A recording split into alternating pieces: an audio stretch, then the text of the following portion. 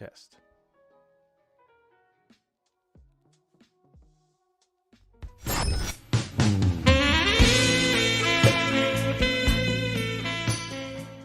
Every week, I forget about this. Welcome everyone to the CyberSec show. My name is DC, and today we're going to be talking with the XSS Rat. He's stuck in traffic at the moment though, so he should be on very shortly. But I thought, you know what, I'll kick this off and get the conversation rolling, and basically give you guys a rundown of what this live stream is going to be about. So when he does join, I'm going to ask him a bunch of questions about basically how he got started, where he's going to go with his current things that he's doing, and you know, a bit of background info about him, all that fun stuff. And then at the end of my questions, I'm going to be reading questions from the chat from you guys to ask him. So if you have any questions that you've ever wanted to ask Mr. XSS Rat, now is the time to get those questions together and throw them in the chat a little bit later on, so that I can ask him those questions. We've got a couple of familiar faces here. We've got Lather Kumar, hello, welcome. We got Death Voice, welcome back again. Good to see you here, dude. And yeah, it's gonna be a fun stream. So in Australia here, I'll keep the conversation rolling. In Australia here, it is Sunday night. It's 11 p.m. It's been a pretty busy week for me, and an even bigger weekend. There was a couple of parties and some fun things going on, which has been good. And yeah, back at work tomorrow to have even more fun and continue on with life. I've got a couple of new videos coming out that I thought I'd mention, as well as new benefits for members. So if any of you are thinking about becoming a YouTube channel member to this channel, there's one for the live stream lover, which is the smallest one, or the cheapest one I should say, which comes with some pretty cool benefits. Those benefits are basically exclusive behind the scenes content. So what I'm doing at the moment is recording very short videos, not actual shorts, because I can't make shorts member only, but I can make member only short videos, if that makes any sense. So there is a few of those in the background. They're mostly on crypto investing type stuff, as well as, you know, behind the scenes of this sort of stuff posts. So if that sort of interests you, feel free to become a channel member and show some support for this channel. I would definitely appreciate that. And yeah, that's basically the added benefit. There's also some new stuff going on in the Discord server, which you also get access to the entire server, not just the general areas. So you get some extra stuff there as well, which is kind of good. And yeah, it's just a fun place to be. New videos that I've got coming out are again around investing, as well as life motivation type videos as someone working in cybersecurity. So it's fairly specific on the cybersecurity front, but you know, keeping it a little bit general, so that other people who work in other areas of IT can relate to those as well. And yeah, there's actually, I'll bring up my my thing on the screen. I don't know if I can bring it up on the screen or not. Prob's not, but anyway, that's okay. I've got some videos. There's one here, probably one of the next one, which is what to work as a cybersecurity professional. There's some videos on dropshipping. Is dropshipping dead in 2022? Is working 2 jobs at the same time? Now that's actually a very interesting conversation, which was based off a video that was I saw between Live Overflow and someone else. I can't remember his name. And basically this guy was saying he was working at Facebook and Microsoft remotely at the same time. And I was like, there's some moral questions around this, but I was curious to make that video and ask you guys a question. So I'll do that one. There's another video later that I'm going to be putting out maybe regularly, called Shitcoin Sunday, which is basically me talking about a bunch of shitcoins in cryptocurrency, which I think would be kind of fun. Investing in NFTs, investing in crypto for beginners, creating an investment portfolio. Yes, there's a lot of investment content here, but that's just what I was thinking of at the time. So I just wrote them all down as ideas. I used Raspberry Pi for 1 month as my main PC, and then this happened. Yes, it's a clickbait title, but it should be a fun video anyway, because I've got this Raspberry Pi that I've been using for almost a month, and I tried to use it for this stream, but you know, the planets didn't align. It just wasn't good enough, basically. Some free labs for pen testing and CTF skills for all you cybersecurity people out there. I got crypto on my brain. Python for beginners, Java for beginners, and cybersecurity job interview questions. I'm going to be doing an update on that video because it's it's just one of those videos that I think can be refreshed every year, basically, because the questions do often change, and I thought I'd do like a mock interview type video on that, and I think that'd be quite useful for people coming in. As I said, as when I first joined up this or started this live stream, I'm just waiting for the XSS Rat to get home. He's at the moment he's on his way home, I think. I was just talking to him a little while ago, and he said he's running a little bit behind time because he got stuck in some traffic. So hopefully he turns up pretty soon and we can talk and yeah, get the things going. On other topics, while we're waiting, I'm just going to keep stalling this until he turns up. Basically, I'm curious, is this lagging like it was last week? Because I did a live stream on Wednesday, my time, and apparently it was lagging out hard. So I don't know if this is lagging or if this is good. I know if I like sit right next to the mic here, it's the light is super bright because it's literally here. But if I sit here, it's pretty good. It looks good. The lighting looks good. Don't know if there's lag, so that's always a benefit. But yeah, I restarted everything. I've got everything going, and yeah, should be fun. In other news, and I was just reminded about this by someone who just sent me a DM saying there's no lag. In other news, the Prime Minister of Australia has changed. I don't know if you guys have been across that or if it's something that interests you at all. But yeah, we had a Prime Minister. His name was Scott Morrison. That guy is now gone. So now there's a new guy called Anthony Albanese, who has, I don't think it's like confirmed win, but it's like almost 100% won. And yeah, so that's kind of exciting to see some changes in the world, hopefully. So yeah, it's good times. It's a good time to be alive. And yeah, I mean, what else is going on? We got some funny messages here in the chat. There's one from Laz saying, "Hey DC, I just got my motivation down to the rock bottom. Don't know why I'm doing well in this stuff actually, but suddenly started feeling it's so complex."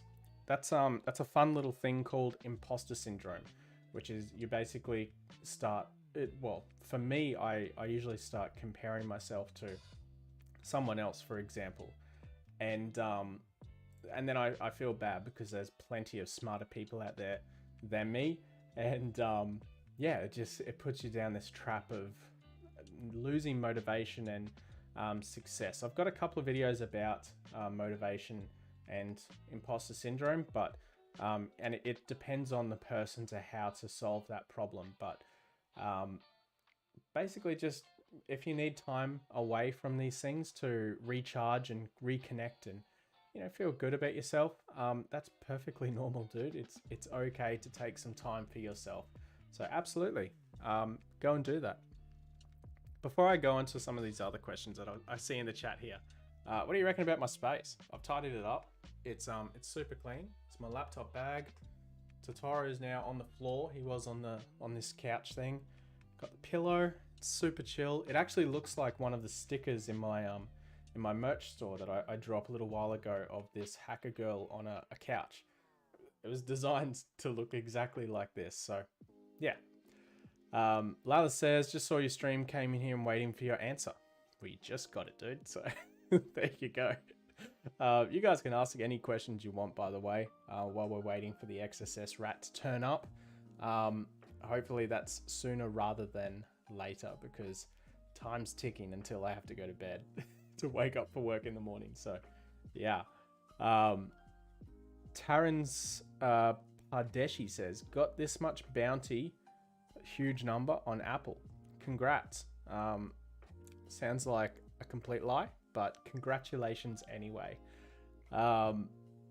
Join the cult. Yeah. He's referring to the Discord server. Join the cult. Become a channel member. It's not a cult. It's a cult, not cult. I think I've actually, one sec, I think I've actually got some merch I can pin for this. Yeah, here it is. So there's a t-shirt. Is that a t-shirt or a hoodie? That's a hoodie. Okay, I'll pin this merch.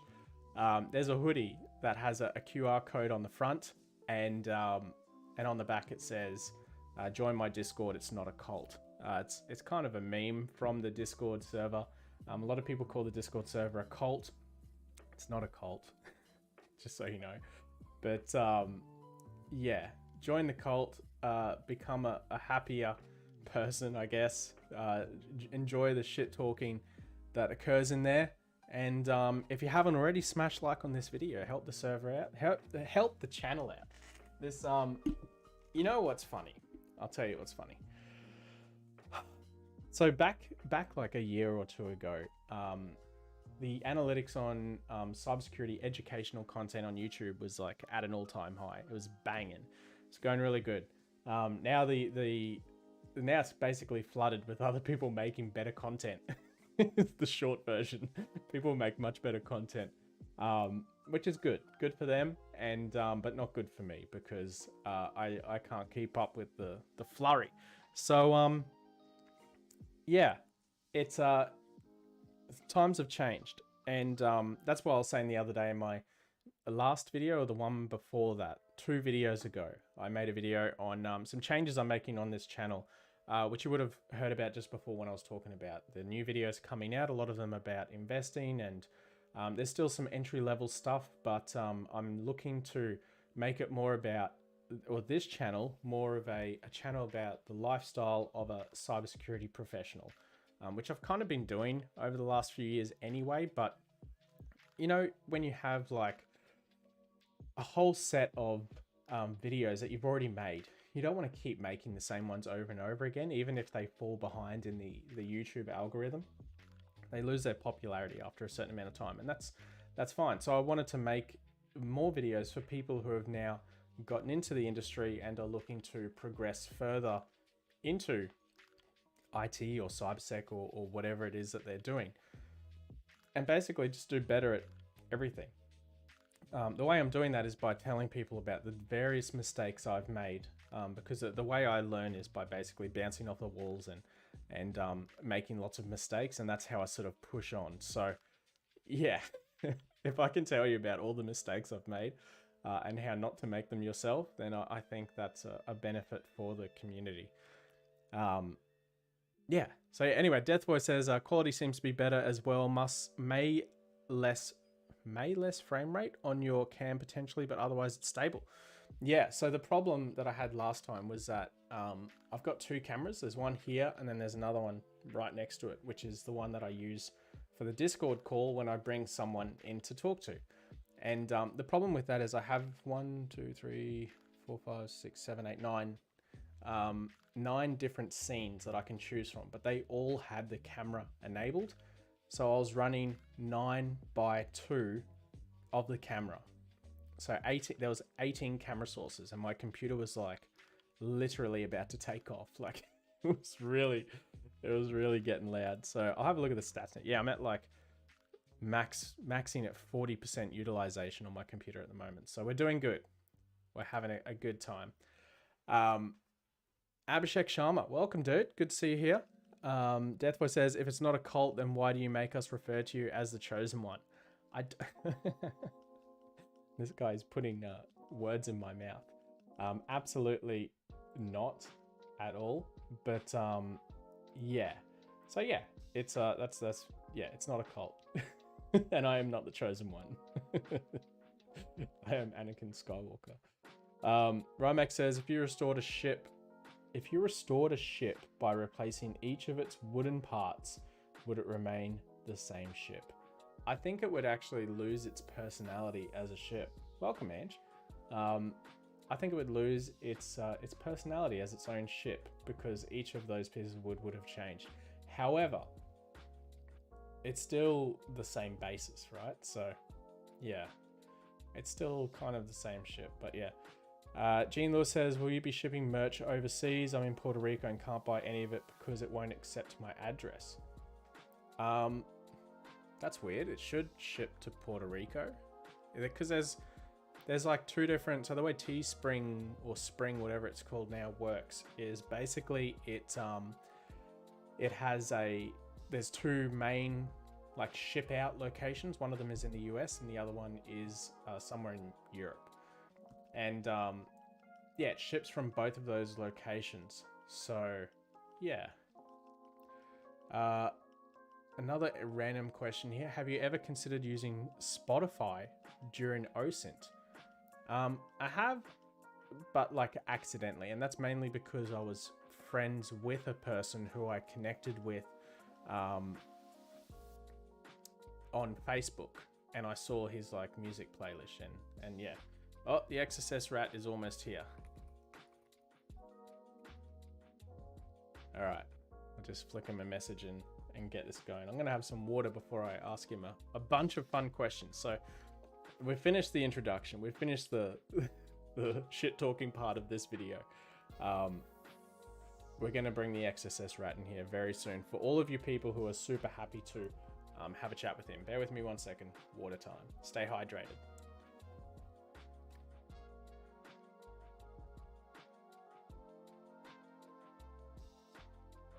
All right. Where you at, Mr. Rat? Turn my camera on.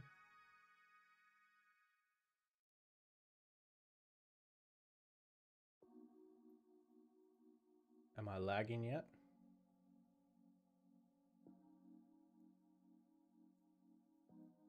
Oh boy. Here comes the lag. Here comes the lag. Hey, what's up, man? Hey, how's it going? Bear with me 1 second. I'll just flick the scene over so we can see your beautiful face and happy smile. There we go. How's it going, dude? How you been? Hello, I'm doing good, thank you. How are you doing, man? I'm doing good. I'm doing good. Apparently we've got a little bit of stream lag going on, so I'm just gonna quickly close a few things on my computer to try and save it from lagging out completely. I might turn off my camera if that's cool with you. Yeah, no problem at all. Yeah, I mean, my computer sucks. This needs all the focus, of course. Yeah, it does. Yeah. So, how you been? Been doing good, man. Been doing very, very busy, much busier than I anticipated. Basically quit my job, my day job. Nice. And this might sound funny. I used to be a QA engineer, but now I can work full-time for my own company.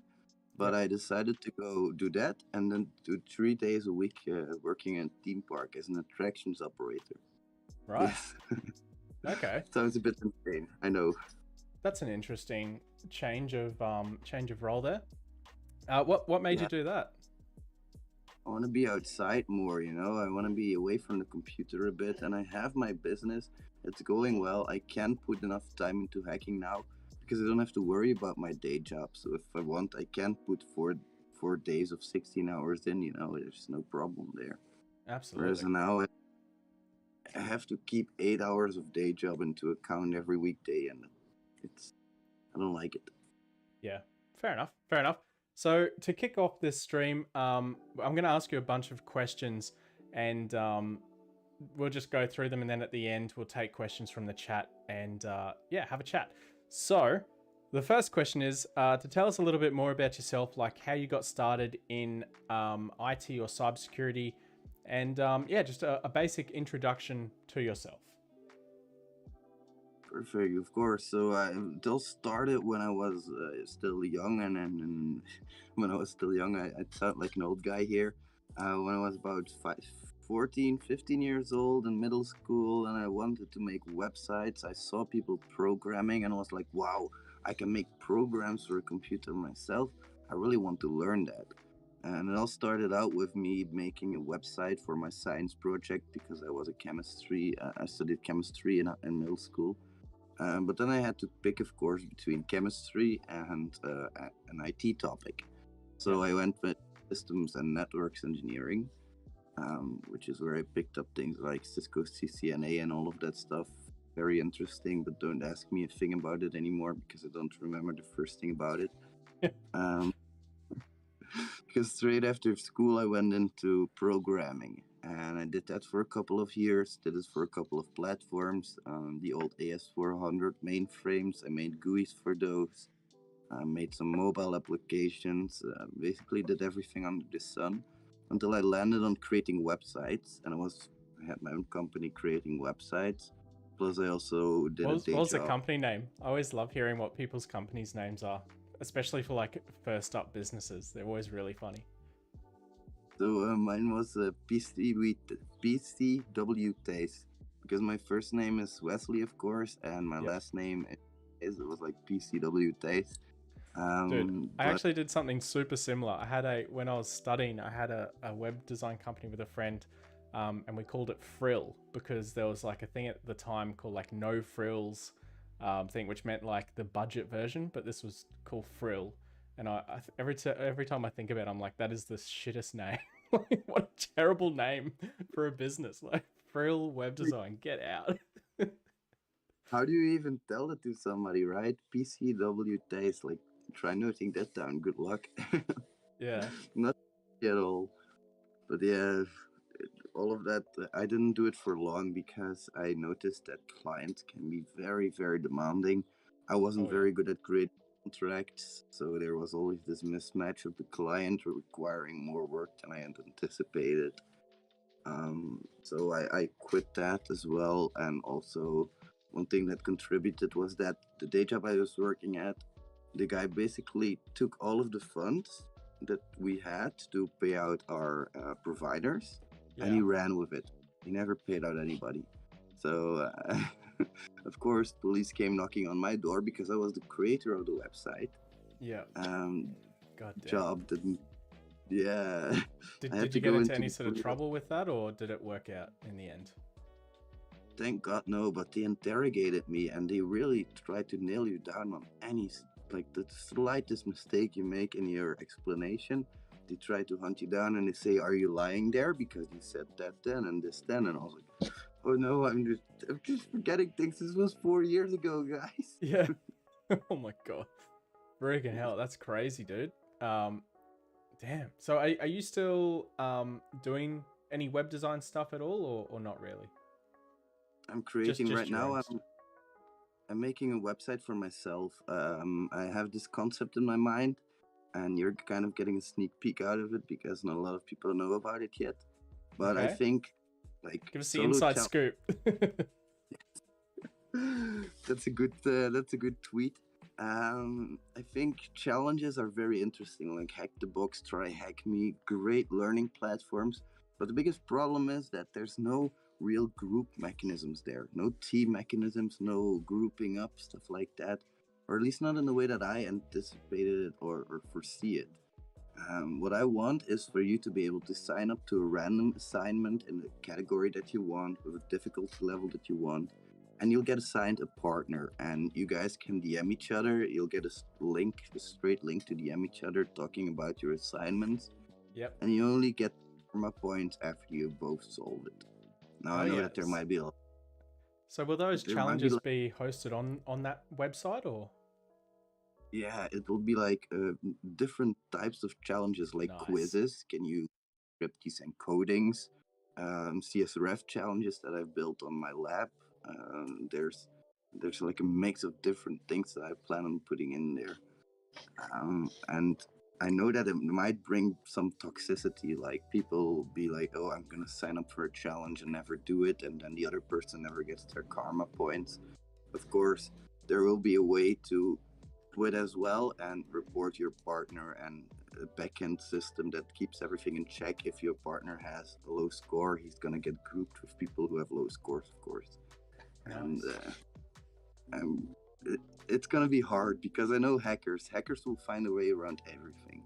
So I'm not gonna give too much details yet, but we do have a lot of briefing mechanisms that we're thinking about and putting in place. And we also have a bug bounty program on that, by the way. You can't get any cash prizes, but there is a Hall of Fame if you find something that is vulnerable enough, like at least a low or a medium. then we'll definitely put you on the Hall of Fame. And if it's like an exceptional or something like that, all the free courses you want. So feel free to hack that. The URL is hackerrats.com. So Nice. just HackerATS, hackerats.com, hackerrats. Feel free to hack it. There is a GitHub repository as well. I can link it to you after the stream, or I can tweet it as well. Yeah, either or, yeah, chuck it over. I'm keen to take a look at that. I might give it a crack myself and see what's going. Can I do it on a live stream? It's not finished yet. I'm building it all by myself. Okay, I'll take my time. Give us a sneak peek later on, and I'll make a video and see if we can help each other out there as well. But yeah, that sounds awesome, dude. That sounds very exciting. I'm very happy for you. It sounds like it could turn into something really fun. And I think that's a great idea. So yeah, congrats on that. That sounds, good. It sounds really good. On to the next question I had for you. For you, what was the moment in time where you were working in some sort of job and you thought CyberSec or bug bounties or hacking, this is for me. This is what I want to do going forward. What was that like pivotal moment for you? Basically, I saw a bundle on Humble Bundle for security books, and there was a certified ethical hacker book in there as well. And that got me really, really interested. I was always interested in hacking, like cross-site scripting, SQL injection, the very basics. Like just dropping an attack vector that I found online in an application that I was testing since I was a QA engineer anyway. But I never really got into it that well, and I wanted to become a pen tester. So I asked the pen testers in my company, should I do certified ethical hacker since I have the book now, version 11 or something it was? Or should I go and do OSCP or another certificate? And they were like, go do OSCP. You prove yourself. You actually have to do an exam where you have to hack machines. Really interesting exam. So without any hacking experience at all, I was like, okay, I'll do OSCP. Yeah. I made myself a plan for a couple of months, got myself 3 months of lab time, I think it was at the time. And I just went for it, And that's the moment. Did you get it the first go? Yeah, I did. Hell yeah! You're one of the few who got it in the first go. I failed my first time, man. I did. It was similar. I was like, yeah, I could do this. I mean, how hard could it be? And it turned out to be way harder than I thought. And I failed the first time round, unfortunately. But the second time round got it. But that's ancient history now. It's a long time ago. But that's cool. So it was basically when you did the OSCP, that was the moment you realized that this is what you want to sort of do going forward. Yeah, and I couldn't really find a bug, and I couldn't really find a job in pen testing, at least not where I wanted to be, because everything was entry level, paid entry level. But I have been a QA engineer for a couple of years, I've been climbing up the ladder, and I didn't want to start pro again. So I did some bug bounties. I thought, like, how hard can this be? Another overconfident moment of myself. That brings me relatable. A lot of trouble. Seriously, I think it's good quality, but I also think it brings me in a lot of issues. I reported a lot of bad bugs on HackerOne, things that pen testers would report, informationals. Got negative karma, moved over to Integrity, got a real cross-site scripting there, 750 euros, and I was hooked from then on. I got like nice. 20, 30 bugs in 2 months' time. Damn, that's a lot. It's mostly mediums though. Like what a lot of people don't realize about these, in my opinion, is that you can take two ways. You can go for the highs, for the criticals, or you can go for the mediums at scale. And I went for the medium scale because I was like IDOR, broken access control. But I think IDORs are very plenty out there. I'll get more into that later. I think IDORs are often missed. There's a reason why they're in the OWASP top 10 right now. And number one. But those are the things that I like. So do you still do bug bounties or? Not really. I do it in a way that I have clients that I coach, and I tell them how I would do bug bounties while they're opening burp and they're doing all the actions, and I let them report because I don't need the karma anymore. What I really wanted was to be a pen tester, so I did that to prove myself, and then I started working on my own company basically because I was like, how hard can it be again? Another moment of overconfidence. Yep. Um, Here we are a few years later, and I'm really doing it. So I guess it's good to be set your goals high. Just do it. Just set your goals high. Reach for the stars, because if you set like low tier goals, you'll reach them. But what after that? You know. Like, Yeah. I mean, yeah. The thing with setting your goals high, though, is that when you set a goal high, those smaller goals that you might have set before end up becoming stepping stones. So you still achieve those smaller goals on the way to, whatever it is above that you've set yourself up in the stars, up on the moon, basically. So yeah, I like that. That's a good way to do so. But you don't do any bug bounties really anymore. You just sort of coach people to do different bounties and how you would do those. exactly. Yeah. Nice. And the thing about bounties is that it is fun. It is really fun. It's different than pen testing because you can do whatever you want. If you want to deep dive into the business logic, That's either it. broken access control, cross-site scripting, you do whatever you want. Yeah. Yeah. I mean, there's still a scope. Obviously, you have to stay within the scope, and the scope is very important. But the scope's usually a little bit more wild or loose than, say, like if you were pen testing for a company. I've found where you are sort of stuck to a very streamlined, in some cases, checklist type system, and yeah, it's a bit different to what people expect, I guess. But that's just the nature of the beast. Um, so on to educational material that you've completed while you were sort of up and coming, and even recently, even. What's your favorite piece of educational content that you've ever completed in the CyberSec, InfoSec, bug bounty, hacking world? Definitely my cross-site scripting guide. I love cross-site scripting. Even though I'm not even an expert at it yet, I know that there's so much to learn from it, but it's a beautiful vulnerability type. And I think that a lot of people get cross-site scripting slightly wrong, in a sense that they think that there's three types of cross-site scripting out there: reflected, stored, and DOM-based. But that's just a small subset of the types of cross-site scripting, and that's why I like that course so much, because it goes deeper into all of those different vulnerability types. True. True. I'm So still expanding.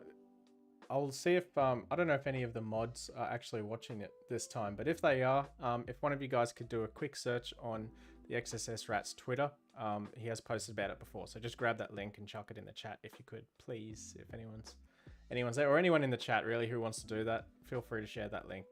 You can share links in the chat. It doesn't block you, I think. Okay, so on to the next question then. You're in Sweden, I think.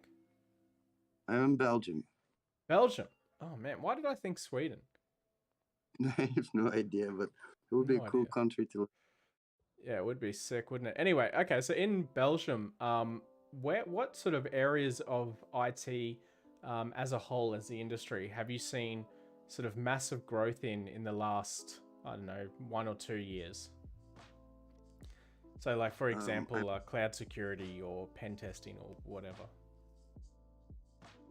Here in Belgium, I don't like to say this, but I think we're always like a few steps behind on the major progress that's being made. And we are just now getting, a lot of the companies here are just now getting into things like AngularJS and templating engines, and just in general things to make it easier for yourself. That brings along a lot of inexperienced developers, also a lot of experienced ones, by the way, don't get me wrong, but also a lot of inexperienced ones who aren't afraid to use dangerous inner HTML as a function, even though the name basically says it. Like, I found that there's a couple of things I have to say about that. First of all, that, and a second thing is that not a lot of companies think about security here in Belgium, which is very unfortunate. Like, you have companies at the forefront who join bug bounty platforms, who do pen tests, but you also have companies who don't really budget it in at all. And there's way too many of those. And let me tell you, even if you say, hey, I am the government, we have a bug bounty program, that is not constituting proper cybersecurity etiquette, in my opinion. You should have a I've worked at a lot of these companies, and I'm not gonna name them by name, of course. Believe me, it wasn't the government. They know what they're doing in that regard. But really big companies that don't have proper pen tests in place, where I have to say, if you do it like this, people are gonna be able to view other people's identification documents, and there are pen testers working there then. But it's like, yeah, there's a difference between feature pen testing and system pen testing. I might be going a little bit too deep into that already, No, it's but okay. No, it's good. I think a lot of companies here in Belgium don't see that difference too well. You can have your organization evaluated for or assessed by maturity level. You can have a specific feature that you develop assessed by maturity level. But don't forget that we're living in a world of agile as well. So every 2 weeks to 2 months, you're going to have a new release of your software. Full releases have integration problems as well. And that's where you'll find most problems, at the integration points, because you have two different teams creating two different components that will have to talk to each other. But teams don't talk to each other. That's the basic rule I found in most companies. Like, if you have a team that's sitting in that building and a team that's sitting in that building, they're not going to come over and have a meeting. It's just going to be a quick get sent over, and here is our API. And that's one of the weaknesses that I found. And another one is documentation. There isn't enough proper documentation, which means that if I build a feature right now, I'm gonna have regression errors in the future because my new developers don't know how that feature is really supposed to work. All they That's have to common go by everywhere, is that, though. I don't think that's like a Belgium thing. I think that's a literally everywhere thing, to be honest. oof, that really that sells my mind a little bit. It's so insane how companies can be so lax with their cybersecurity. But don't get me wrong, I think it is increasing. The awareness for cybersecurity is definitely coming up there. And I also think it's kind of our job as cybersecurity professionals to bring that awareness into the world, to go to the companies and to point them at the dangers that they might be facing. Hmm. It's I don't think a manager on his own will realize he can get hacked until he gets hacked. True. And that's why I don't That's know if pretty you. much everywhere. I mean, a lot of places do that though. They'll be pretty relaxed on their cybersecurity budget or awareness even, and they'll just do the absolute bare minimum, which is usually not enough. And then something will happen. There'll be a breach of data, and like in Australia, if you have a data breach and it's a certain type of company, you have to report on that, and depending again on the amount of or the type of breach and whatever it was, so you have to report on that, and there's actually fines involved now, which I think it's a good thing, because a lot of places are now, they feel that risk. Like, it's not just that your systems might go down and your client's data is sold on the dark web. It's actually that you might actually cop a fine, which could potentially be a lot of money, like a lot of money. So yeah, it's kind of, yeah, it's good in a way, but I mean, a lot of places are still pretty relaxed with yeah, their cybersecurity spending and awareness, especially. But I do see a lot of growth in the awareness side of things. It seems to be an absolute boost at the moment. Everywhere's asking for cybersecurity awareness training for their staff or clients as well, some of them as well. So it's growing, but it's different everywhere in the world. That's So That's definitely something we see here as well. A lot of companies are asking to train their staff to be pen testers as well. I don't know if you've experienced that, but we have a lot of QA companies here in Belgium. Not a lot of pen testing companies yet, or at least not a lot of big ones. And now the big QA companies are thinking about reschooling their QAs into pen testers, which is a Yeah, good move in my because I I get think to so. teach them. Yeah. Okay, we're going to go on to some of the questions from the chat now. There's been a couple here which have already been answered by people talking in the chat, but I thought I'd ask you as well. There's the standard question that seems to come up every every live stream, which is, can you recommend laptop specs for a daily cybersecurity job? What Uh, if you were to I, buy a laptop now with, I guess the bare minimum specs to do a job in cybersecurity? What would those specs be? I think I would go for. I am an AMD guy, so I always go for AMD. If I don't know, is it like an A7 or something like that? I'm I a don't know. really I don't keep up to date with hardware specs. To be me honest, I neither. have a laptop and it does most of what I want to do. Other than I it seems to not do these live streams anymore for some reason. It just lags out. But everything else it does perfectly fine. So that's fine for me. yeah, But yeah. I have I my mean, honestly, you could Mac pen test on a Raspberry Pi if you really wanted to. exactly.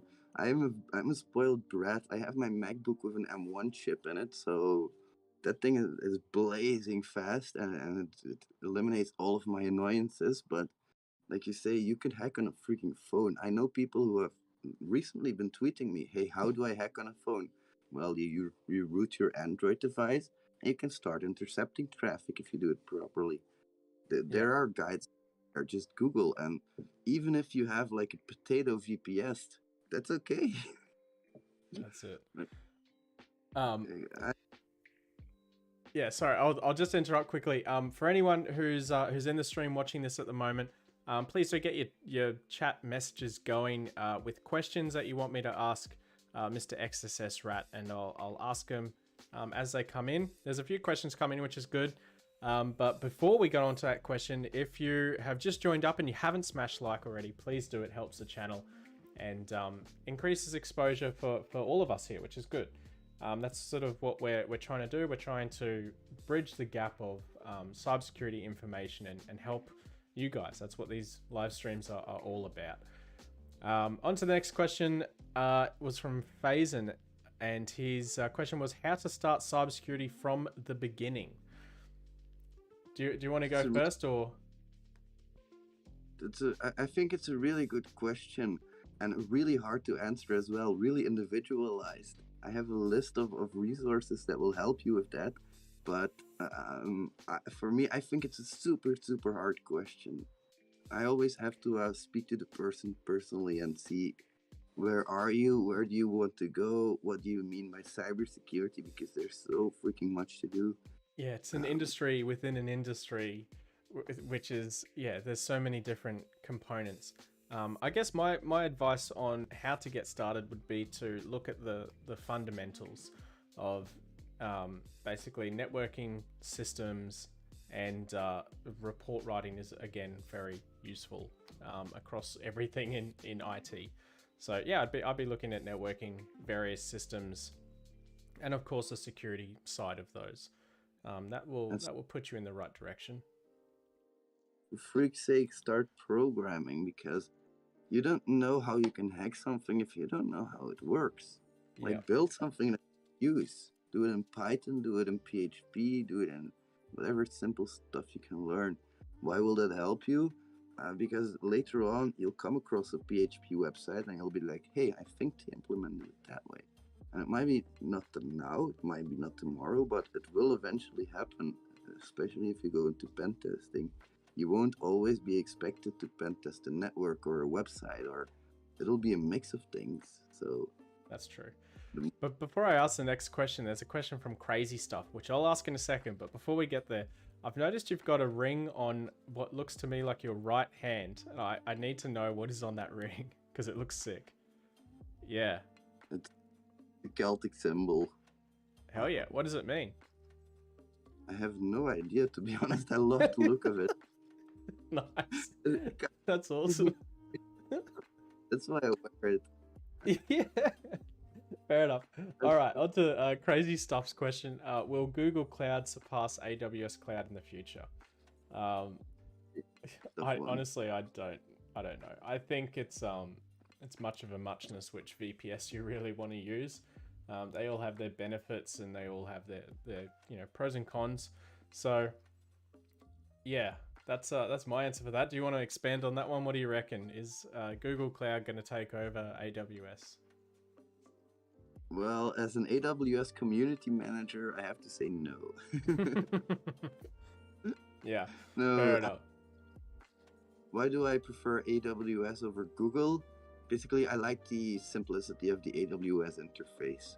If Google can fix that, then it might be a better attractive option. But for now, it's just, I might be more acquainted with it as well. It's Yeah. like you say, it doesn't really matter which cloud service you use. Just they all have the same options. They all call it differently.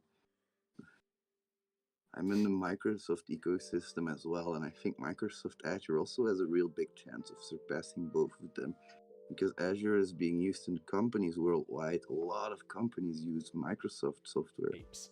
Yeah, like most governments, basically. Good question here from Death Voice. What resource within the learning space do you think has been underused or undervalued within the community that you personally recommend? There's this old website called hackthisite.org, and that's where I started my very first That's old challenges, school. Yeah. Very old school, but be careful because my my email address got leaked when their database actually got hacked. Oh, jeez. That's Someone actually bad. hacked the site. You know that site? Hey Hunt, have I been pwned right? And I was like, yep, your email address leaked through hackthisite.org. Yeah. A follow up to this question from Josh. He said, same question on underutilized or underrated resources, but in the bug bounty space. That's also a good one. There's the big ones, of course, Jason Haddix, but also at Overflow. Makes some really good scripts as well. It's hard. It's definitely hard. I don't think there's really good resources out there in the bug bounty space, to be honest. Why do I say that? Because bug bounties isn't even hacking, in my opinion, anymore. You have to be so much more. If bug bounties was like hacking, a pen tester would have done it. So it's our job to be much creative and to describe it differently. Would you then say bug bounty is more like QA, or quality checking, or one of those maybe? I would say pen testing is more like coverage, you go wide, whereas bug bounties you can also go wide, but eventually you'll have to go deep because somebody has gone wide before you. And one resource that I recommend, I'm gonna tout my own horn here. You can go to hackspert.com/ratsite, and that's a website that I've built that tries to be realistic. It's a website where you have contacts, where you have invoices, where you have orders, account settings, XML processors, over 40 vulnerabilities in there. And it's not, I hate basic labs because they're basic. Even Portswigger Academy, really good site, but their labs show one functionality. They show a blog or a web shop, and it's not even a functioning one. So how is that supposed to teach you how to hunt for vulnerabilities if you have such a limited scope? Whereas in the real life, you're going to be thrown at a website that has a massive scope. Even if it's just the main application, you'll still have hundreds of features to test probably. And in real life, it just doesn't prepare you for that, to have a small lab, True. There's a good question here from Saeed. He says, hello, I want to start mobile application pen testing, but I'm not sure where to start. Please suggest any good certs or courses that could help me in the mobile application pen testing field? You don't even need search or courses to be honest. You can literally just go on Google, but the terms the you same need are thing. I was going to say the exact same thing. Yeah.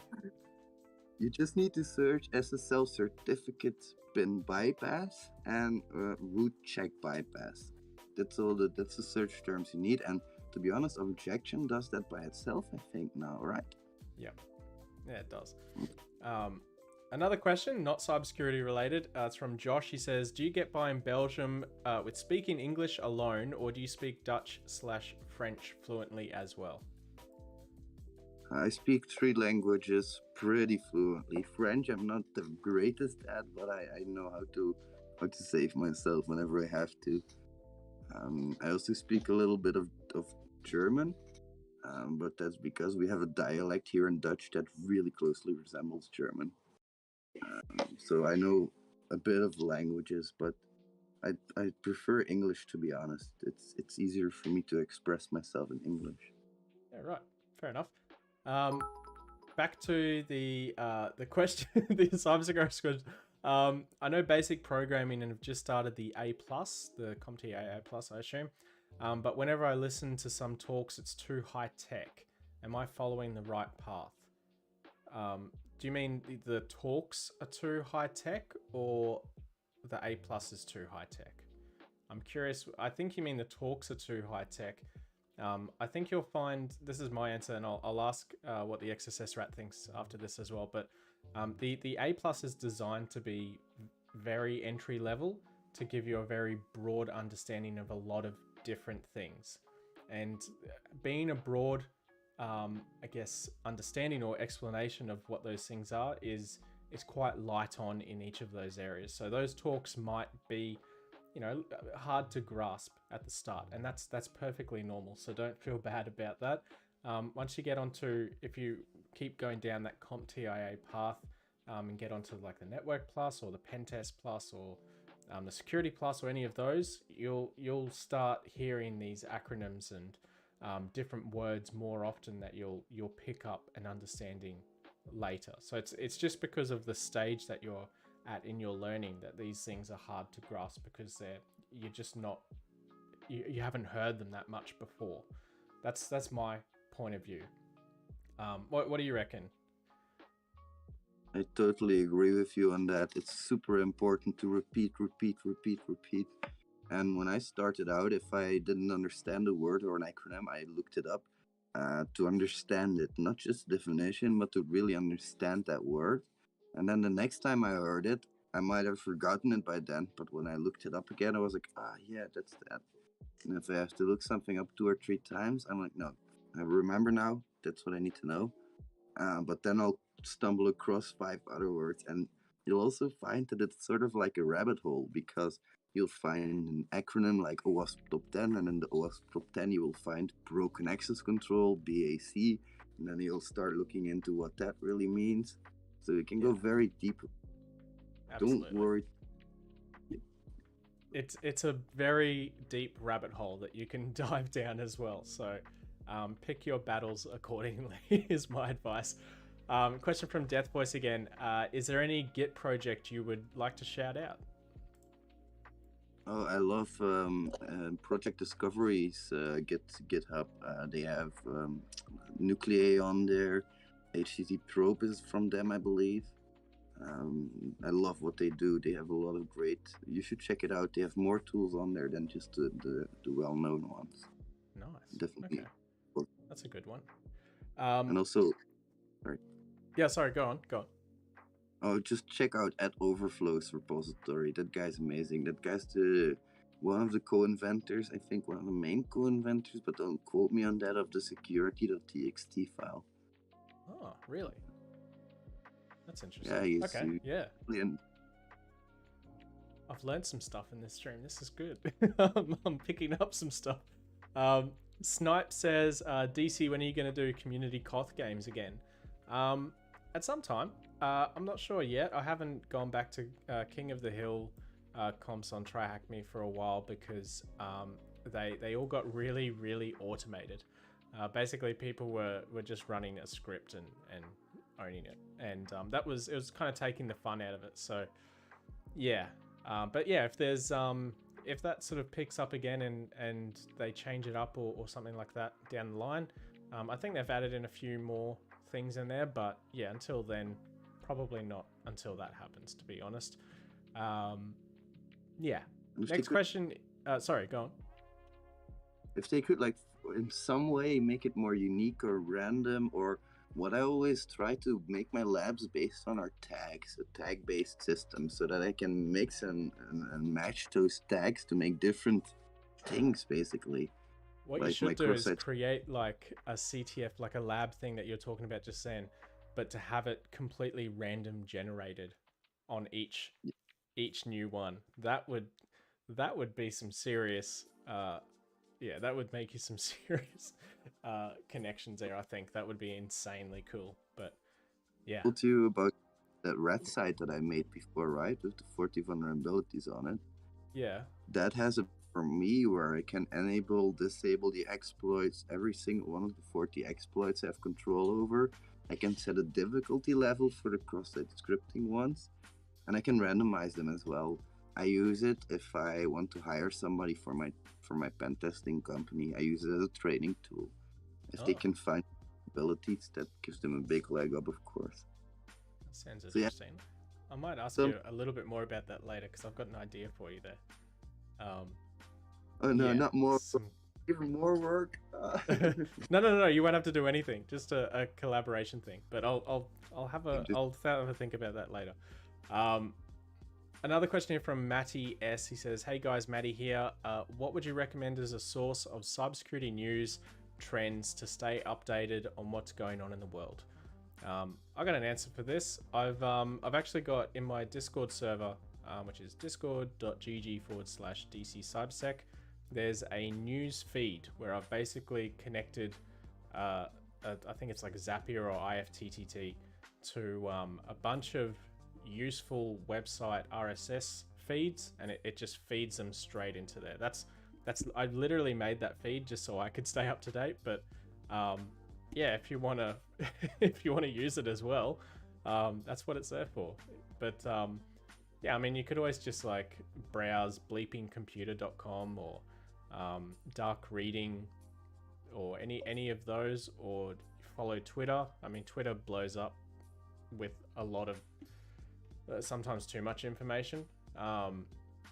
So yeah, keep that in mind. But yeah, that's sort of my advice on that. What do you reckon, XSS Rat? Well, the things I'm gonna say are probably not the best things to say on stream, so probably won't say it. A certain chat board that I always frequent usually has news first. I wouldn't recommend. Yeah, let's not go down that dark alley.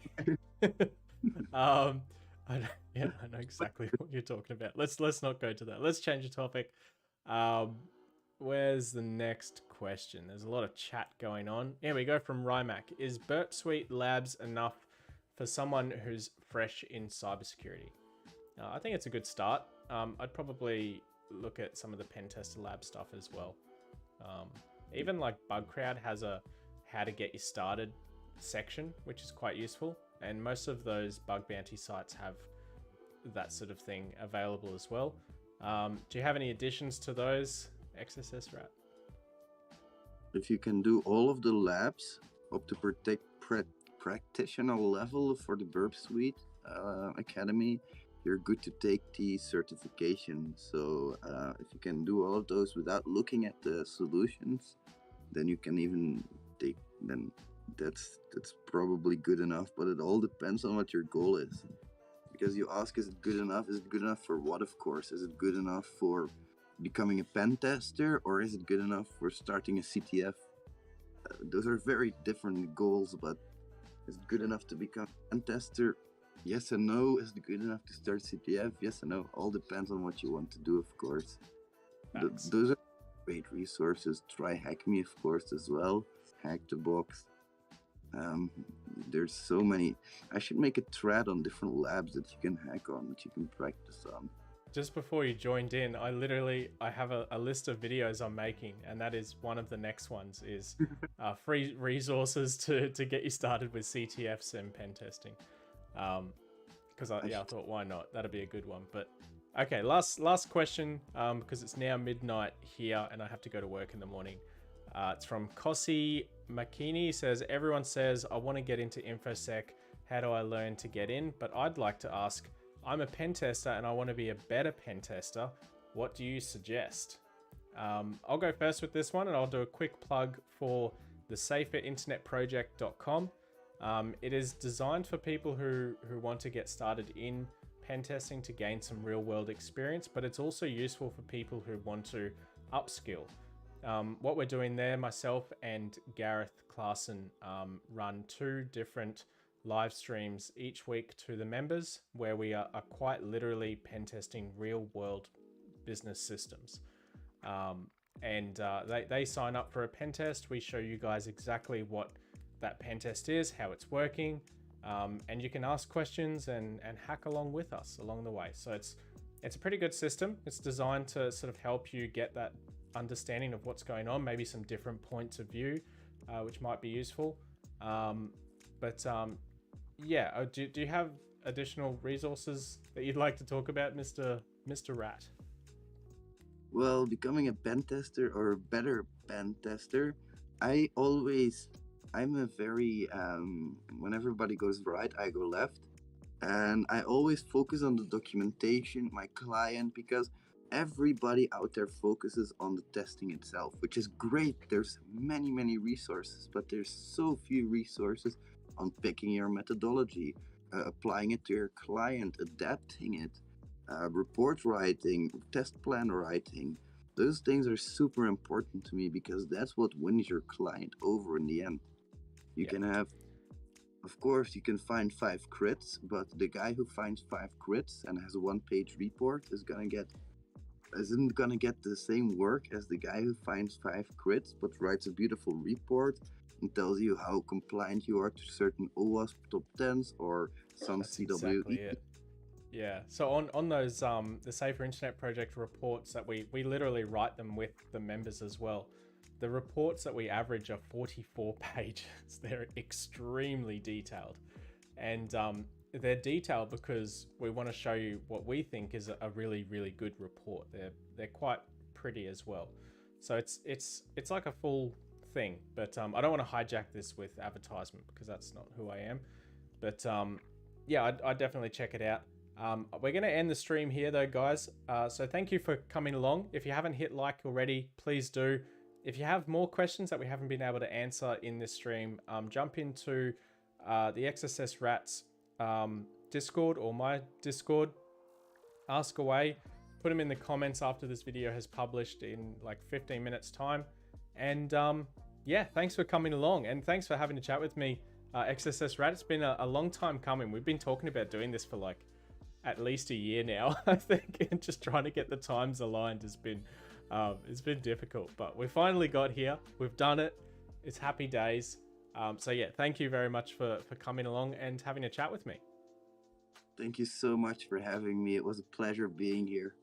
Yeah. And don't forget to smash that like button, my friends. Smash like, guys. You heard it here first. I'm gonna jump to bed, and you guys can enjoy these tunes for a couple of minutes. And I'll see you guys around on the next video. Thanks for coming along. Bye. Thanks a lot for having me. See you, mate.